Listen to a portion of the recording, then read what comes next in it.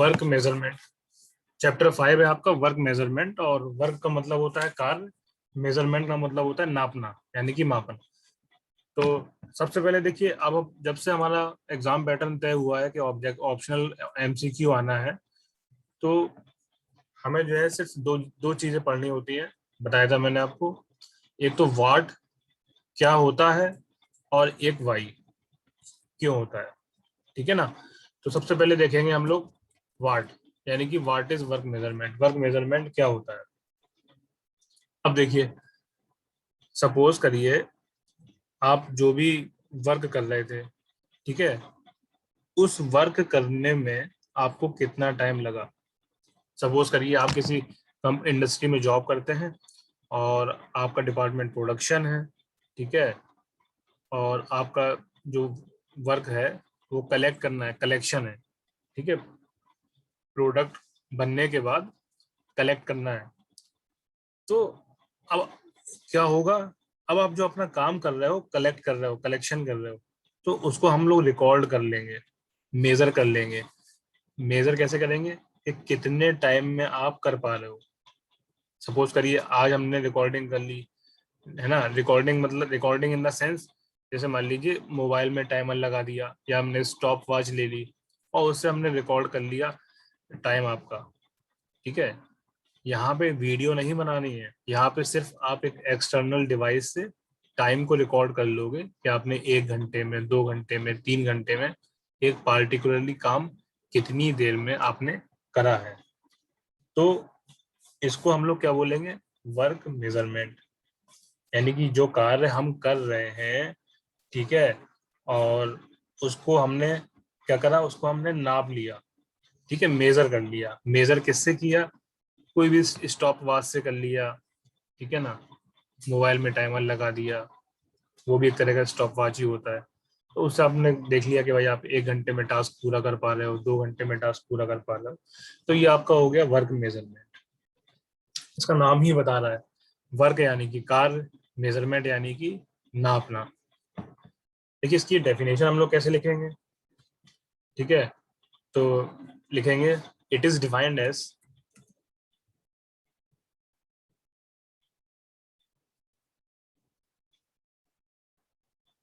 The time which is taken by the workers when they are doing the work। जब वो अपना काम कर रहे हैं तो कितना समय उनको लग रहा है, ठीक है, कितना समय उनको लग रहा है, उसी को हम लोग बोलेंगे वर्क मेजरमेंट। सिंपल सी डेफिनेशन है, ठीक है। बहुत ज्यादा आपको उसमें डीप में नहीं जाना है, बस इसकी डेफिनेशन आपको पता होना चाहिए। वर्क मेजरमेंट क्या होता है, जो हम लोग कार्य करते हैं, जो हम लोग कार्य करते हैं अपनी अपनी विधियों से, तो उसमें जो समय लगता है, ठीक है, तो उसको हम लोग कहते हैं वर्क मेजरमेंट। ठीक है, ये हो गया आपका। नेक्स्ट देखते हैं, ठीक है, नेक्स्ट देखते हैं हम लोग वाई वर्क मेजरमेंट। ठीक है, वर्क मेजरमेंट का यूज हम क्यों करते हैं, वर्क मेजरमेंट का यूज हम लोग क्यों करते हैं, तो वो देखते हैं हम लोग। ठीक है, इसको हम लोग, इस हेडिंग का हम लोग दूसरा नाम भी दे सकते हैं और करके लिख सकते हैं, ऑब्जेक्टिव्स ऑफ वर्क मेजरमेंट। ठीक है, हम लोग क्यों करते हैं, हमारा एम क्या होता है, तो वो देखेंगे। अब देखिए, सपोज करिए क्या कहते हैं, जो मैंने आपको बताया था कि आपकी कंपनी में मान लीजिए 2 वर्कर काम कर रहे हैं, एक वर्कर 1 है और एक वर्कर 2 है। ठीक है, तो क्या होगा, जो वर्कर 1 होगा, तो उसमें जो वर्कर 1 होगा उसका जो काम करने का तरीका होगा वो अलग होगा। मे भी हो सकता है, नहीं भी हो सकता है।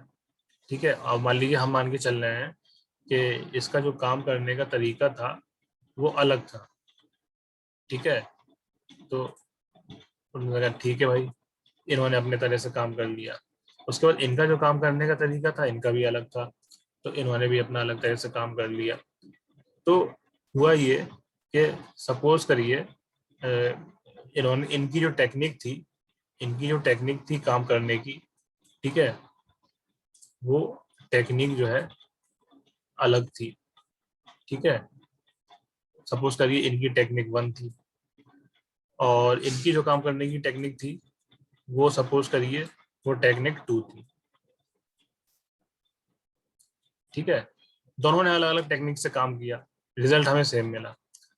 अब हम क्या देखेंगे, अब हम एम ये होगा, हमें ये देखना है, हमें क्या देखना है, एफिशिएंसी किसकी ज्यादा है, 1 की या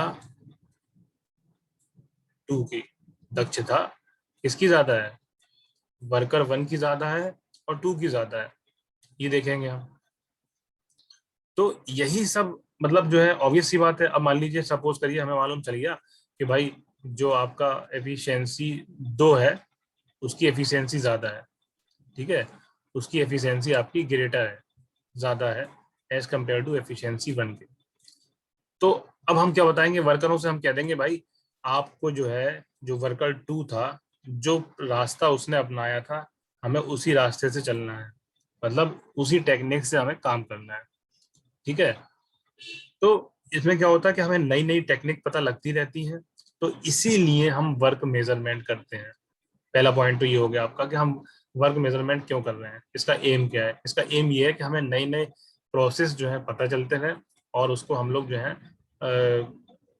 नए नए वर्करों को बताते रहे कि आपको इस तरह से करना है तो एफिशिएंसी ज्यादा मिलेगी और इस तरह से करना है तो एफिशिएंसी कम मिलेगी। तो कम वाला आप लोग नहीं करोगे, आप जो है सिर्फ ज्यादा वाला करोगे। ठीक है। तो ये अल्टीमेटली हमारा एम क्या है, हमारा एम क्या है कि एफिशिएंसी हमें बढ़ाना होता है। ठीक है। तो एफिशिएंसी हम कैसे बढ़ाएंगे, नए नए तरीके टेक्नोलॉजी ढूंढ के बढ़ाएंगे। ठीक है। तो वो हमें पता कैसे चलेगा, जब हम स्टडी करेंगे, जब हम स्टडी करेंगे, वर्क को मेजर करेंगे। ठीक है ना।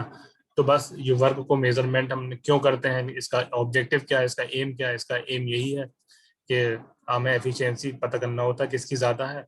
बस जिसकी ज्यादा आ जाती है उसी की तरह से हम वो करने लगते हैं। अब एफिशिएंसी ज्यादा आने का मतलब क्या है कि ये हर चीज में अच्छा है, ये जो है ये आपका हर चीज में अच्छा है, ये टाइम भी कम ले रहा है। ठीक है। ये आपका टाइम भी कम ले रहा है। तो यही सब है। तो ये आपका हो गया हम वर्क मेजरमेंट क्यों करते हैं।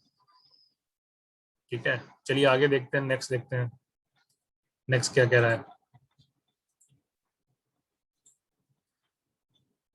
नेक्स्ट हमारी जो हेडिंग है वो आपकी इम्पोर्टेंट है, आपका जो है एग्जाम पॉइंट ऑफ व्यू से इम्पोर्टेंट है। ठीक है। अब हम देखेंगे कि जो समय अध्ययन होता है उसमें कौन कौन से टूल्स का यूज होता है। तो हमारी हेडिंग है tools used in time study. Tools use in time study. तो इसमें सिंपल से आपको टूल्स पास पता होना चाहिए कि कौन कौन से टूल्स यूज होते हैं। तो जो आपका इसको हम लोग हिंदी में बोलेंगे समय अध्ययन के लिए, समय अध्ययन के लिए प्रयोग में आने वाले उपकरण। ठीक है। समय अध्ययन के लिए प्रयोग में आने वाले उपकरण। तो पहला आपका होगा time study board. Time study board. ठीक है। इसमें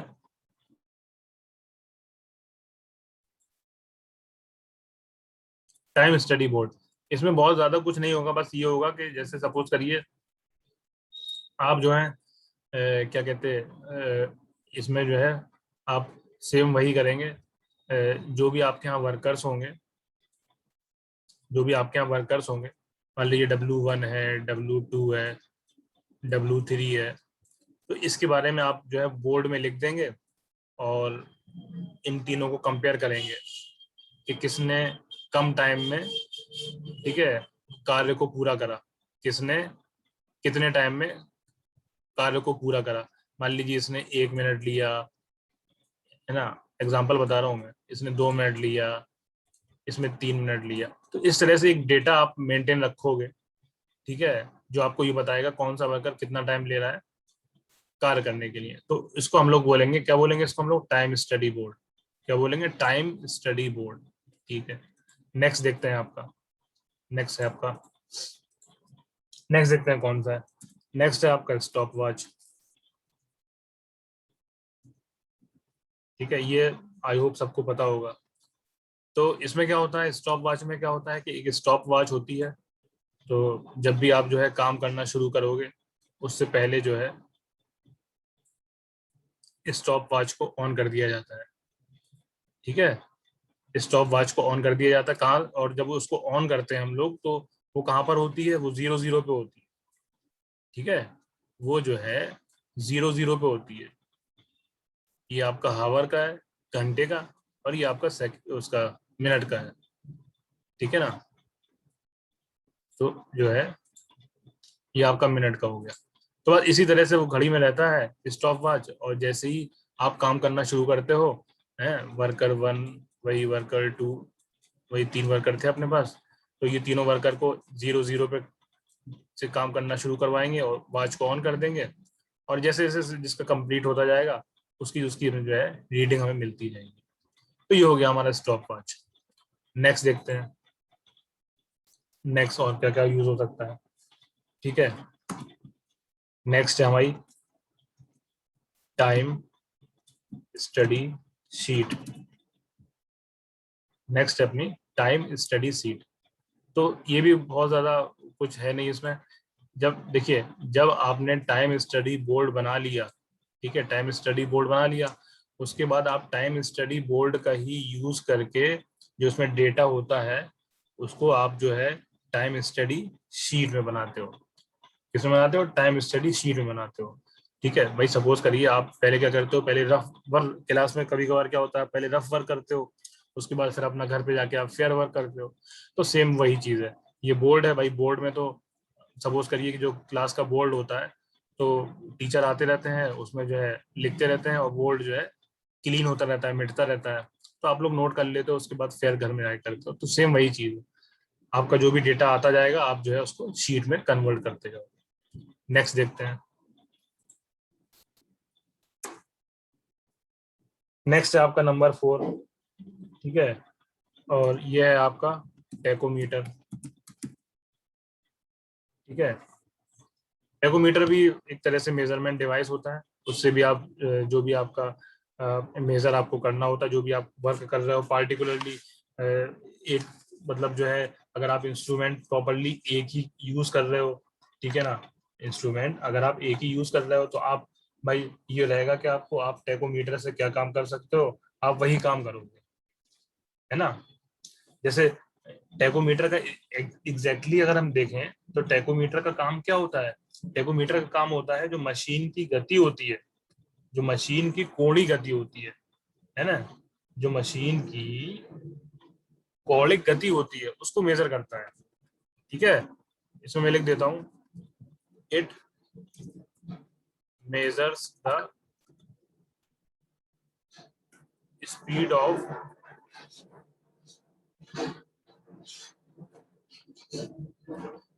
machine, it measures the speed of machine.